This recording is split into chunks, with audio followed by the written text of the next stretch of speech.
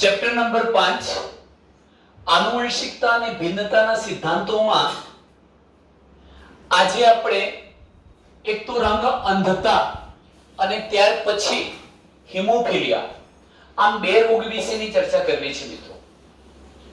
સર્વપ્રથમ આપણે રંગ અંધતાની વાત કરીએ તો રંગ અંધતા શું છે? આ રંગ અંધતાની ખામીની શોધ ઓર્નર નામના વૈજ્ઞાનિકે કરી હતી। ઓર્નરે આ ખામી શોધી હતી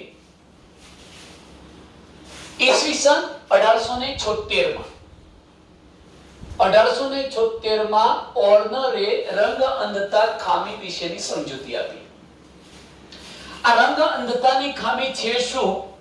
તો જે વ્યક્તિમાં રંગ અંધતા હોય છે તે વ્યક્તિ એટલે આ ખામી ધરાવતી વ્યક્તિ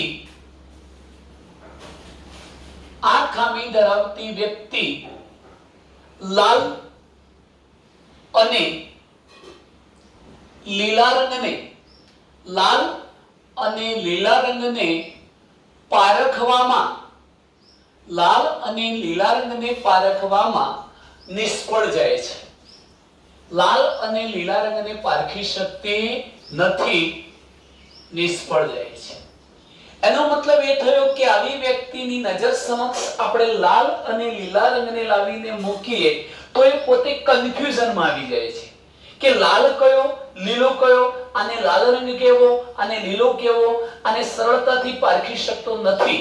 આવી ખામીને આપણે રંગ અંધતાની ખામી કહીશું। મિત્રો, બીજા નંબરનો મુદ્દો કે આ ખામી કેમ થાય છે? તો સામાન્ય રીતે તમે અગાઉના ધોરણમાં પણ ભણી ચૂક્યા છો કે આપણી આંખનું જે નેત્રપટલ છે એ નેત્રપટલમાં દ્રષ્ટિ સંવેદી કોષો આવેલા છે, શંકુ કોષો અને દંડ કોષો। એમાં એક ખાસ કરીને હું કહી શકું કે લાલ રંગ માટેના અને લીલા રંગ માટેના શંકુ કોષોમાં ખામી સર્જાય છે, અથવા એમ કહી શકાય કે રંગ અંધતામાં લાલ અને લીલા રંગ માટેના શંકુ કોષોની ખામી છે અને તેથી આ રોગ થાય છે। ત્યાર પછી જોઈએ તો આ એક મહત્વની બાબત છે મિત્રો, જરા ધ્યાન રાખજો કે રંગ અંધતા માટે જવાબદાર જનીન એક તો પ્રચ્છન્ન છે, પ્રભાવી જનીન નથી। આ રોગ થવા માટે જવાબદાર જનીન કયું છે? પ્રચ્છન્ન। અને બીજો મુદ્દો કે પ્રચ્છન્ન તો છે પણ આ માટે જવાબદાર જનીન લિંગ સંલગ્ન છે। લિંગ સંલગ્ન છે નો મતલબ કે આ રોગ માટે જવાબદાર પ્રચ્છન્ન જનીનો લિંગી રંગસૂત્ર પર આવેલા છે। એમાં પણ એક સ્ટેપ આગળ જઈને કરીશું તો આ માટે જવાબદાર જે જનીનો છે એ એક્સ લિંગી રંગસૂત્ર પર હોય છે, પરંતુ વાય રંગસૂત્ર પર હોતા નથી। બરોબર ધ્યાનથી સમજો કે આ રોગ થવા માટે જવાબદાર જે જનીન છે એ એક્સ રંગસૂત્ર પર આવેલું છે। એક્સ રંગસૂત્ર લિંગી રંગસૂત્ર છે એટલે આ ખામી લિંગ સંલગ્ન ખામી છે, પ્રચ્છન્ન જનીનોની હાજરીને કારણે થાય છે। તો હવે જો આપણે આ દ્રષ્ટિકોણથી વિચારીએ મિત્રો તો એવું કહી શકાય કે એક્સ લિંગી રંગસૂત્ર પર આ રોગ માટે જવાબદાર કેટલાક પ્રચ્છન્ન જનીનો આવેલા હોય છે। તો શક્યતા શું થાય? તમે જાણો છો કે માદા વ્યક્તિનું અને નર વ્યક્તિનું જનીન બંધારણ શું છે? તો 23મી જોડમાં માદાના બંને રંગસૂત્રો XX પ્રકારના છે અને નરમાં એક X અને બીજું Y પ્રકારનું છે। તો હવે શક્યતાઓ કઈ થઈ શકે? ધ્યાનથી સમજો। પહેલી શક્યતા માદામાં એના બંને X રંગસૂત્રો પર, ચલો મિત્રો લખું એ પહેલા એક શબ્દ બીજો વધારાનો લખી દઉં છું કે રંગ અંધતા માટે જવાબદાર જનીન પ્રચ્છન્ન છે અને એને આપણે કલર બ્લાઇન્ડનેસ પરથી સ્મોલ સી જનીન તરીકે ઓળખાવીશું। આ સ્મોલ સી જનીન રંગ અંધતા માટે જવાબદાર છે। હવે વિચારો કાં તો આ જે સ્ત્રી છે એ સ્ત્રીમાં બંને એક્સ રંગસૂત્ર પર આવેલા જનીનો કેપિટલ સી હોય, એનો મતલબ કે કેપિટલ સી પ્રભાવી છે, આ રોગ થવા દેતું નથી, કારણ કે આ રોગ માટેનું પ્રચ્છન્ન જનીન સ્મોલ સી છે નહીં. એટલે આવી સ્ત્રી સામાન્ય દ્રષ્ટિ વાળી બને. સામાન્ય દ્રષ્ટિ એને આ ખામી હોતી નથી. બીજું બંધારણ જુઓ મિત્રો, આ પણ શક્યતા છે કે સ્ત્રીના બંને એક્સ લિંગી રંગસૂત્રો પર સ્મોલ સી એટલે કે આ રોગ માટે જવાબદાર જનીનો હોય. હવે આ પ્રચ્છન્ન છે, જો માની લો કે એની જોડે બીજું કોઈક પ્રભાવી હોત તો આ રોગની અસરને દબાવી શકતું, પરંતુ બંને એક્સ સંલગ્ન જનીનો પ્રચ્છન્ન છે રોગ માટેના, એટલે આવી સ્ત્રી રંગ અંધ સ્ત્રી બનવાની. ત્રીજી શક્યતા, ધારો કે હું આ પ્રકારની સ્થિતિ બતાવું છું, બે એક્સ લિંગી રંગસૂત્રો પૈકી કોઈ એક પર કેપિટલ સી છે અને બીજા પર સ્મોલ સી છે, તો એનો મતલબ એ થયો કે આ સ્ત્રીમાં રંગઅંધતાની ખામી માટે જવાબદાર પ્રચ્છન્ન જનીન સ્મોલ સી આવેલું છે, પણ આ સ્ત્રી રંગ અંધ બનતી નથી. કેમ? કારણ કે બીજા એક્સ લિંગી રંગસૂત્ર પર કેપિટલ સી આવેલું હતું, પ્રભાવી ડોમિનેન્ટ જનીન છે, એ આ પ્રચ્છન્ન જનીનની અસરને શું કરી દેશે? દબાવી દેશે. એટલે આવી સ્ત્રી હશે તો સામાન્ય દ્રષ્ટિવાળી, સામાન્ય દ્રષ્ટિ અને રોગ નહીં હોય, પરંતુ આ સ્ત્રીમાં એના જે સંતાનો થવાના એ સંતાનોમાં કદાચ રંગ અંધતાની ખામી આવવાની સંભાવના રહેશે. કેમ? કારણ કે આ સ્ત્રી પોતે રંગ અંધતા માટેનું જનીન ધરાવે છે, એટલે આ સંતાનોમાં ખામી આવી શકે, આ સ્ત્રી કેરિયર બની શકે, વાહક બની શકે, એટલે એને કહેવાય સામાન્ય દ્રષ્ટિ વાળી પરંતુ રંગ અંધતાની વાહક સ્ત્રી. તો આ રંગ અંધતાની વાહક સ્ત્રીનું બંધારણ થયું.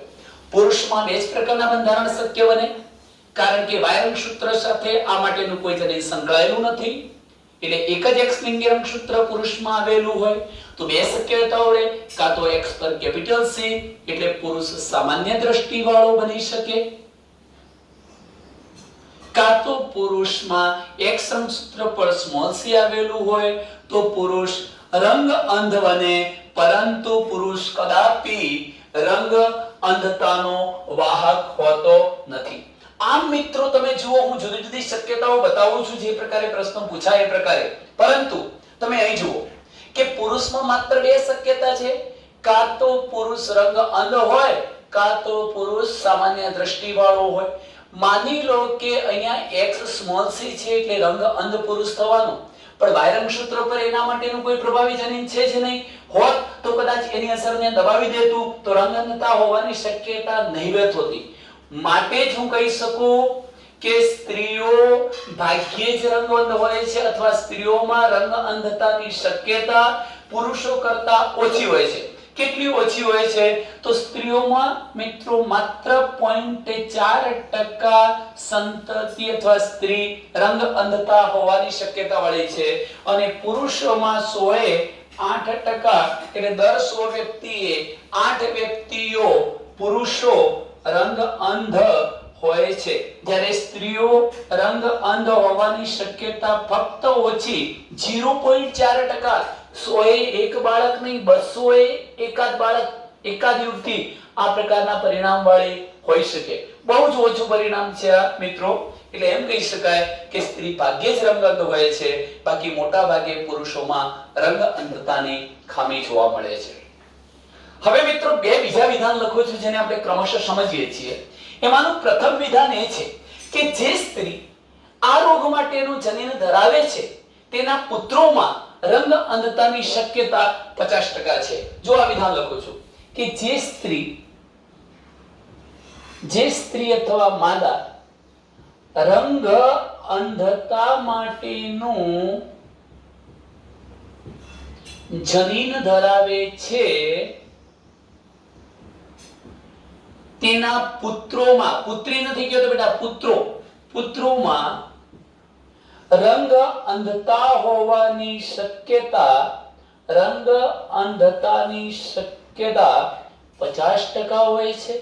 એક બીજું મહત્વનું વાક્ય લખું છું, અહીં જરા ધ્યાનથી સમજજો કે પુત્રી રંગ અંધ ક્યારે હોઈ શકે? જો માતા રંગ અંધતાની વાહક હોય, રંગ અંધતાની વાહક એનો મતલબ આવું બંધારણ ધરાવતી, લખું છું કૌંસમાં x capital C x small c, આવું બંધારણ ધરાવતી હોય અને પિતા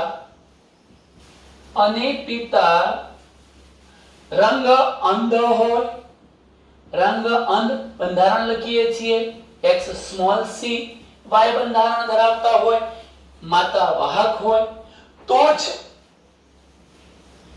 જ પુત્રી રંગ અંધ થઈ શકે. તમને એક બાબત તો ખબર પડી ગઈ કે આ સ્ત્રી વાહક છે. કેમ વાહક છે? એક જ જનીન છે અને એની અસરને દબાવી શકે એવું બીજું પ્રચ્છન્ન જનીન X રંગસૂત્ર પર પ્રભાવી બીજું જનીન આવેલું છે. આ પ્રચ્છન્ન જનીનની અસરને દબાવી દેશે એટલે આવી સ્ત્રી વાહક તો કહેવાય, રંગ અંધતાની વાહક, પણ સામાન્ય દ્રષ્ટિવાળી હોઈ શકે. ચલો મિત્રો, આ બે પોઈન્ટને પણ આપણે સમજવા છે. આપણે જુદા જુદા પ્રકારના કિસ્સાઓ જોઈને આ ઘટના સમજી શકીએ. ઘણી વખત પરીક્ષામાં આ પ્રકારનો દાખલો પૂછાતો હોય છે. કેવો દાખલો? કે ધારો કે માતા વાહક છે અને પિતા રંગ અંધ છે, તો એના સંતાનોમાં રંગ અંધતાની શક્યતા કેટલા ટકા? પુત્રીઓ રંગ અંધ બનવાની શક્યતા કેટલા ટકા? પુત્રીઓ રંગ અંધ બનવાની શક્યતા કેટલા ટકા? આ પ્રકારના પ્રશ્નો પૂછી શકાય. એથી ઉલટું ઘણી વખત એમ કહ્યું હોય કે એક માતા રંગ અંધ છે, એના પિતા રંગ અંધ છે કે સામાન્ય છે એનો ઉલ્લેખ ન હોય, પરંતુ એમને 3 સંતાનો સર્જાય છે, એમાંથી પુત્ર રંગ અંધ છે, પુત્રી રંગ અંધતાની વાહક છે, તો પિતાનું જનીન બંધારણ શું હોઈ શકે? આ પ્રકારના ઉલટા પ્રશ્નો પણ મિત્રો પૂછી શકાય. તો હું અહીંયા એકાદ બે શક્યતાઓ લઈને આ બાબત સમજાવું છું. જેમ કે પ્રથમ પોઈન્ટ લઉં છું, માતા રંગ અંધતાની વાહક છે અને પિતા રંગ અંધ છે, તો એના સંતાનોમાં રંગ અંધતાની શક્યતા શું હોઈ શકે? ચાલો મિત્રો અહીં સમજીએ. જો માતા રંગ અંધ હોય તો એનો મતલબ એક રંગ અંધતાની વાહક હોય તો એક કેપિટલ C છે, બીજા પર એક સ્મોલ c છે. આ થયું રંગ અંધતાની વાહક સ્ત્રીનું બંધારણ. આ થઈ કોણ? માતા. અને હું અહીંયા બંધારણ લખું છું, એનું લગ્ન થાય છે પુરુષ સાથે. એ કેવો છે? રંગ અંધ, એટલે સ્મોલ c. અને અહીંયા આપણે કશું લખી શકીશું નહીં, બાહ્ય રંગસૂત્ર પર આ માટેનું કોઈ ચલિન હોતું નથી. આ કોણ થયો? રંગ અંધ પુરુષ, નર. ચલો, હવે જ્યારે આ સજીવ પ્રજનન કોષો ઉત્પન્ન કરશે અર્ધીકરણની પ્રક્રિયા દરમિયાન, ત્યારે એના પ્રજનન કોષોમાં X કેપિટલ C વાળા અને X સ્મોલ c વાળા હશે, માતા. અને આ પિતા જ્યારે એના પ્રજનન કોષ ઉત્પન્ન કરશે ત્યારે એના પ્રજનન કોષો X સ્મોલ c વાળા અને Y વાળા હશે. હવે આપણે ફલનની શક્યતાને ચકાસીએ તો તમે જોઈ શકો છો કે X capital C small c. બીજી શક્યતા ચકાસીએ, X કેપિટલ C અને એની સાથે Y. ત્રીજી શક્યતા વિચારીએ છીએ તો X small c X small c. અને ચોથી શક્યતા વિચારીએ છીએ, જુઓ, X સ્મોલ c Y. ચલો મિત્રો, પહેલા તો આપણે નક્કી કરી દઈએ કે XX એટલે આ કોણ છે? માદા છે. કેવી માદા છે?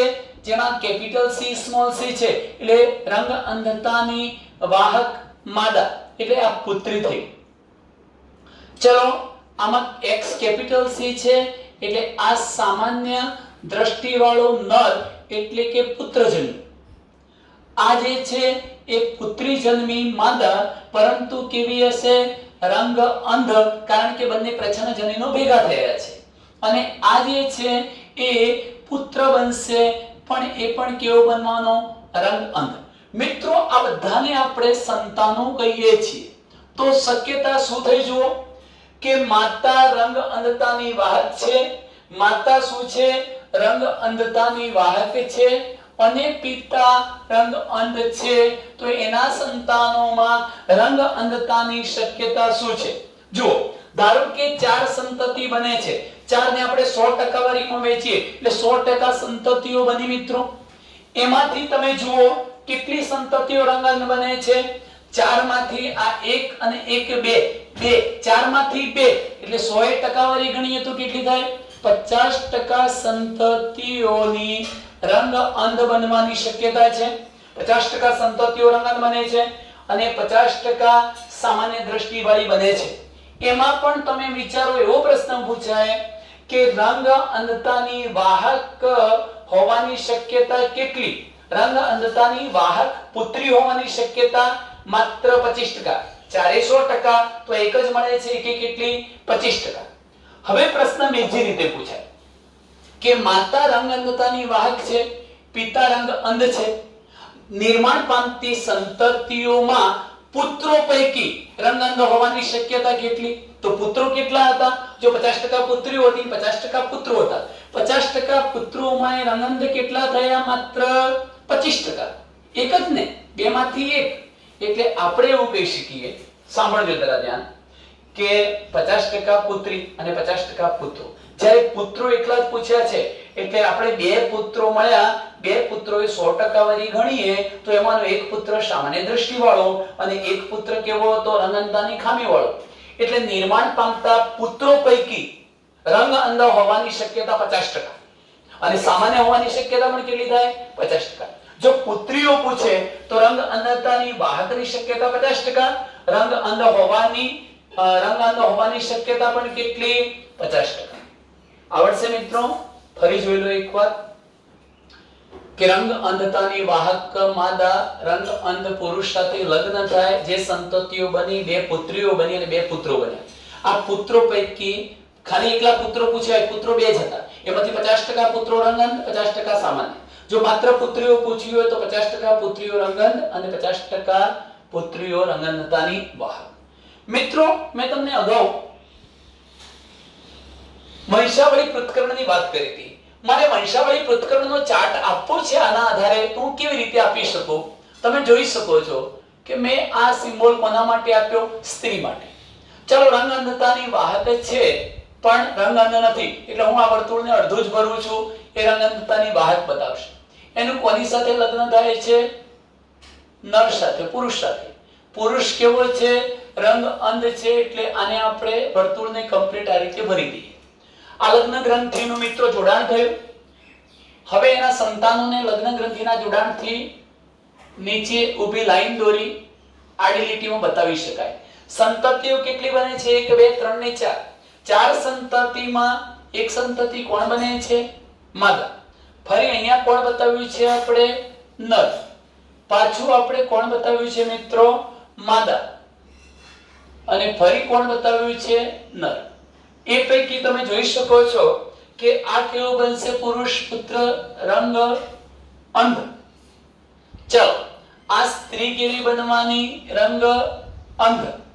ચલો, આ પુત્ર કેવો બનવાનો? સામાન્ય. અને આ કેવું બનવાનું? રંગ અંધતાનું વાહક. આ પ્રકારે તમે વંશાવળી ચાર્ટ રજૂ કરી શકો. હજુ જો આપણે બીજી શક્યતાને વિચારીએ છીએ, ચલો પહેલી શક્યતા. બીજી શક્યતામાં હું એકદમ નોર્મલ સ્થિતિ લઉં છું મિત્રો. કઈ? કે ધારો કે રંગ અંધતાની વાહક સ્ત્રી છે. શું લખીશું?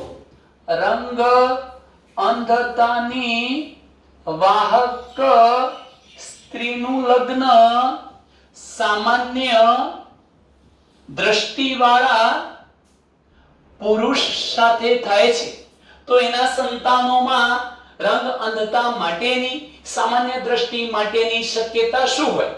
ચાલો, રંગ અંધતાની વાહક સ્ત્રી છે, જનીન બંધારણ શું થાય? X capital C X small c. સામાન્ય દ્રષ્ટિ વાળો પુરુષ છે, X કેપિટલ C Y. પ્રજનન કોષોનું નિર્માણ સમજીએ, X capital C X small c.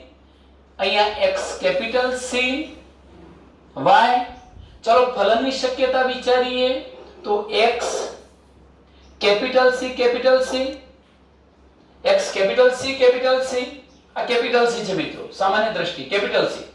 પછી બીજી શક્યતા જોઈશું x y, પણ x કેવો કેપિટલ C વાળો. ત્રીજી શક્યતા જોઈએ x x, એમાં x small c, x capital C, અને છેલ્લી ચોથી શક્યતા જોઈએ x y, એમાં x સ્મોલ c, અને અહીંયા આપણે ન લખી શકીએ. ચલો જુઓ, નિર્માણ પામતી સંતતિમાં x capital C capital C છે તો આ સામાન્ય દ્રષ્ટિ વાળી પુત્રી બની, આ સામાન્ય દ્રષ્ટિ વાળો પુત્ર બન્યો, આ રંગ અંધતાની વાહક પુત્રી બની, અને આ રંગ અંધ પુરુષ થયો.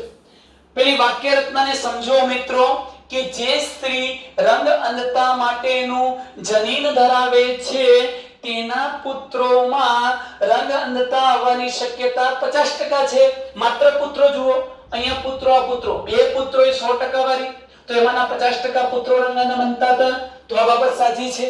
બીજી બાબત સમજો કે જો માતા રંગ અંધતાની વાહક હોય અને પિતા રંગ અંધ હોય તો જ એની પુત્રી રંગ અંધ બની શકે, બાકી રંગ અંધ બની શકતી નથી.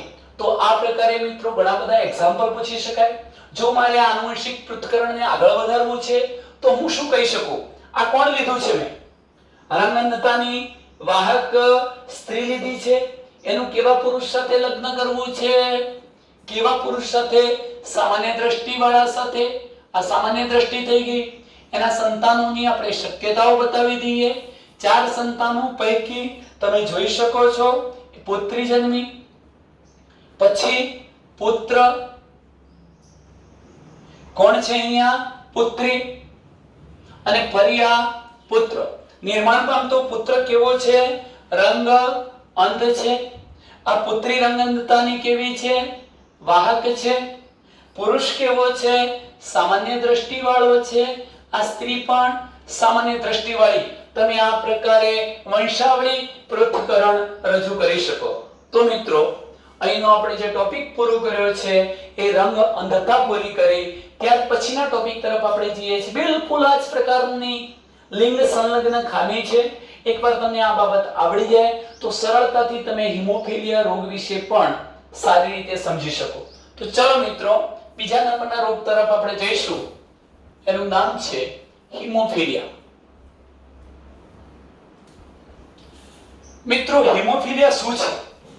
તો સર્વપ્રથમ તો તમને એક બાબત કહી દઉં કે જ્યારે આપણને કોઈ નાનકડો ઘા થતો હોય અને આપણું રુધિર બહાર વહી જતું હોય તો થોડાક સમયમાં આપણે જોઈએ છીએ કે એ રુધિર બહાર વહી જતું અટકી જાય છે, ગંઠાઈ જાય છે.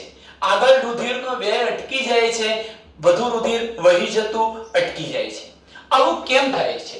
તો જ્યારે આપણને કોઈ ઈજા થાય છે અને રુધિર બહાર આવે છે ત્યારે એ રુધિરને જમાડી દેતા, એ રુધિર ગંઠાઈ જાય એ માટે આપણા રુધિરમાં અને રુધિર રસમાં તેમજ ઈજાગ્રસ્ત પેશીઓમાંથી ઘણા બધા ફેક્ટર્સ ઉત્પન્ન થાય છે.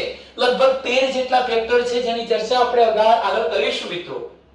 આ 13 કારકો પૈકીનો એક મહત્વનો કારક મારે તમને સમજાવવો છે, AHG, એન્ટી હિમોફિલિક ગ્લોબ્યુલિન.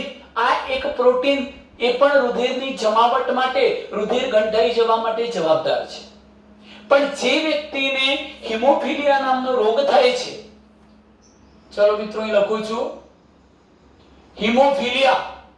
આ હિમોફિલિયાનો જે દર્દી છે એને સામાન્ય ઈજા થાય, ઘા થાય, લોહી વહી જાય ત્યારે એ લોહી ગંઠાઈ જતું અટકી જાય છે, ગંઠાતું નથી, સતત ને સતત વહી જાય છે. સામાન્ય રીતે કહું તો જે વ્યક્તિને હિમોફિલિયાનો રોગ થયો છે એ વ્યક્તિનું રુધિર ગંઠાઈ જતું નથી, એટલે એને સામાન્ય ઈજા થાય, વાગે, ઘા થાય ત્યારે લોહી વહી જાય છે, અટકતો નથી. આ પ્રકારની જે ખામી છે એને આપણે શું કહીશું? હિમોફિલિયા. તો એક મુદ્દો તો આપણને ખબર પડી ગઈ કે આ રોગ રુધિર ગંઠાવાની ક્રિયા સાથે સંબંધિત રોગ છે. આ રોગ રુધિર ગંઠાઈ જવાની, જામી જવાની, ગંઠાઈ જવું ને જામી જવું, થીજી જવું, આ રોગ રુધિર ગંઠાઈ જવાની ક્રિયા સાથે સંકળાયેલો રોગ છે.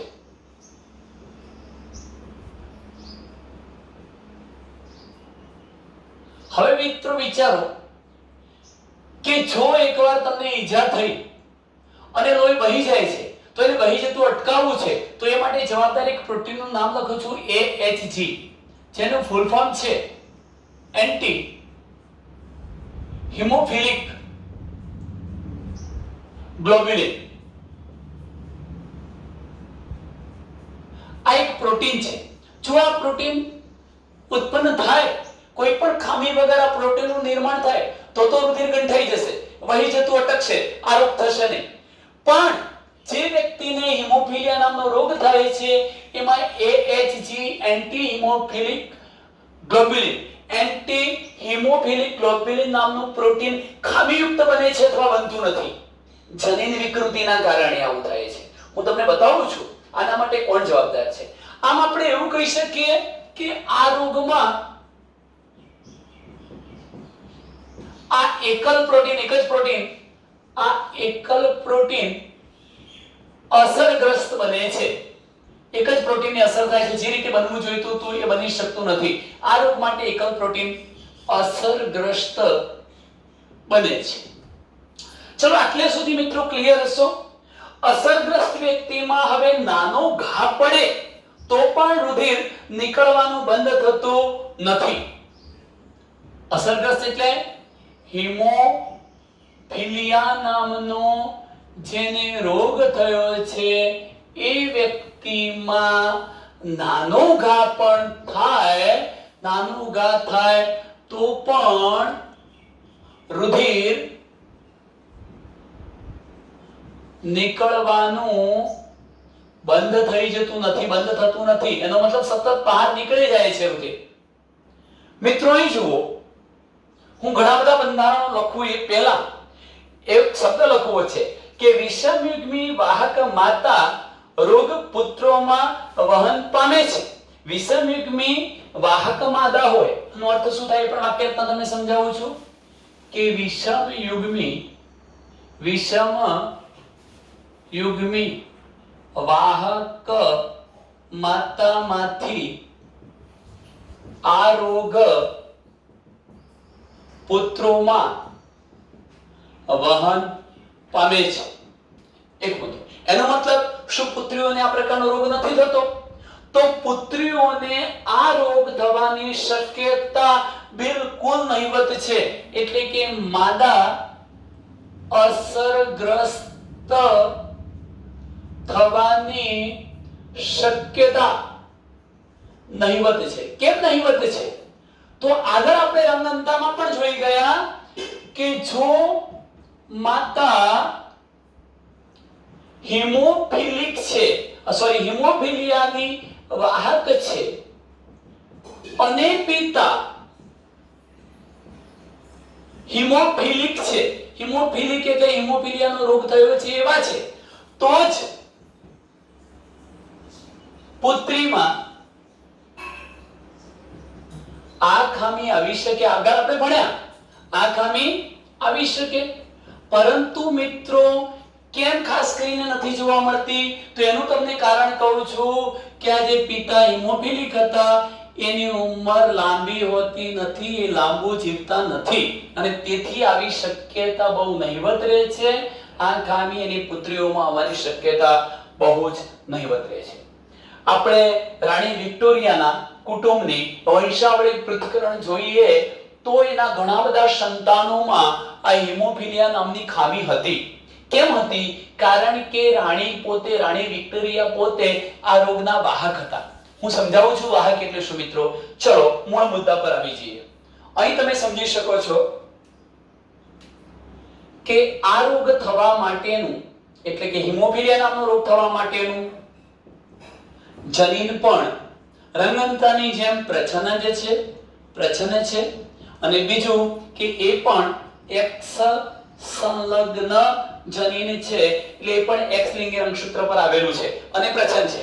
Y રંગસૂત્ર પર આ રોગ માટેનું કોઈ જનીન હોતો નથી. જો આ દ્રષ્ટિકોણથી વિચારીએ છીએ તો તમને એ પણ ખબર છે મિત્રો કે માદા પ્રાણી અને નર પ્રાણીનું બંધારણ શું થાય. માદામાં 3 શક્યતાઓ રહેવાની છે, અગાઉ જોયું એ જ પ્રમાણે ખાલી માત્ર જનીનનું નામ જ બદલાશે. જોઈ શકો છો XX XX XX. પુરુષમાં 2 જ શક્યતાઓ હશે, XY અને XY. ચલો અહીં શું સ્થિતિ છે કે કાં તો માદામાં X પર બંને કેપિટલ H એ રોગ ન થવા માટે સામાન્ય વ્યક્તિ માટે જવાબદાર કેપિટલ H, એટલે આવી વ્યક્તિ સામાન્ય હોય, હિમોફિલિયાનો રોગ ન હોય, સામાન્ય. ચાલો કાં તો પછી એવું બનવાનું કે સ્મોલ h એટલે આવી જે સ્ત્રી છે એ હિમોફિલિક સ્ત્રી બનવાની. હિમોફિલિક એટલે જેને હિમોફિલિયા નામનો રોગ છે એવી સ્ત્રી બનવાની. કાં તો પછી એક શક્યતા એ છે કેપિટલ H અને સ્મોલ h એટલે એને રોગ તો ન થાય કારણ કે આ પ્રભાવી જનીનની અસરથી પ્રચ્છન્ન જનીનની અસર દબાઈ જવાની, પરંતુ તે હિમોફિલિયાની વાહક સ્ત્રી બનશે. એને રોગ નહીં હોય, એ પોતે વાહક હશે. ચાલો પુરુષમાં શું શક્યતા થાય? કાં તો પુરુષ X કેપિટલ H વાળો એટલે સામાન્ય રોગ વિહોણો, રોગ ન હોય એવો, કાં તો પછી X સ્મોલ h એટલે હિમોફિલિક પુરુષ બને, એને હિમોફિલિયાનો રોગ થશે, હિમોફિલિયા રોગવાળો. હવે આપણે અગાઉ જોઈ એ જ પ્રકારની સમાજમાં શક્યતાઓ વિચારીએ છીએ કે આવી સ્ત્રીનો આવા પુરુષ સાથે લગ્ન થાય તો શું શક્યતા રહે. મિત્રો મેં તમને 2 શક્યતા કહી. અહીં જોજો, પહેલી શક્યતા આપણે એ લેવી છે કે માતા હિમોફિલિયા રોગની વાહક છે અને પિતા હિમોફિલિક છે. તો એના સંતાનોમાં શક્યતા શું આવે? ચાલો જોઈએ. XX વાહક છે એટલે કેપિટલ H સ્મોલ h. ચલો અહીંયા XY આ નર છે પણ કેવો છે? હિમોફિલિક, એટલે X સ્મોલ h. આ કોણ થયું? માદા પ્રાણી અથવા માતા. જ્યારે એના પ્રજનન કોષો બનશે ત્યારે શક્યતામાં એના બધા જ અંડકોષોમાંથી 50% X કેપિટલ H વાળા, 50% સ્મોલ h વાળા. આ જ્યારે શુક્રકોષો બનાવશે ત્યારે એના શુક્રકોષોમાં 50% શુક્રકોષો સ્મોલ h વાળા અને બીજા આ માટેનું કોઈ જનીન ન ધરાવતા. હવે શક્યતા શું થાય? તો આ પ્રથમ શક્યતા, આ છે બીજી શક્યતા, આ ત્રીજી શક્યતા અને આ મિત્રો ચોથી શક્યતા. તમે જોઈ શકો છો કે X capital H X small h. બીજી શક્યતા તમે જુઓ X કેપિટલ H Y. ત્રીજી શક્યતા તમે જુઓ છો X small h X small h અને ચોથી શક્યતા તમે જુઓ છો X સ્મોલ h Y. ચલો આ પુત્રી છે, પુત્ર છે, પુત્રી અને પુત્ર. પુત્ર કેવો થયો?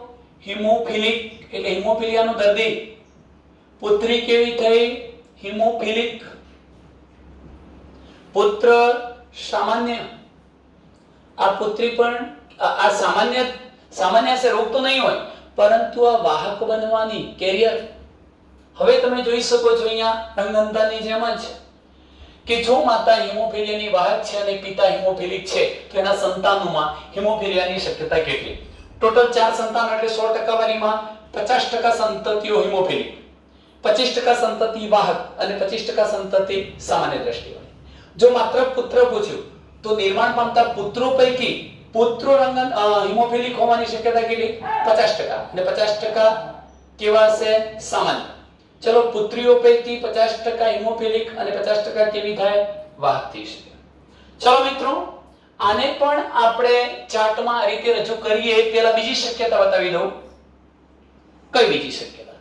ધારો કે માતા હિમોફિલિયાની વાહક છે અને પિતા સામાન્ય વાળા છે, એટલે રોગ નથી, સામાન્ય છે. તો બંધારણ થાય XX capital H small h XY અને કેપિટલ H. શું થશે મિત્રો અહીંયા બંધારણ?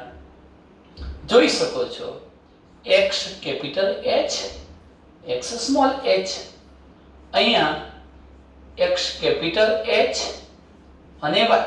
શક્યતા જુઓ તો X શું આવશે? Capital H capital H.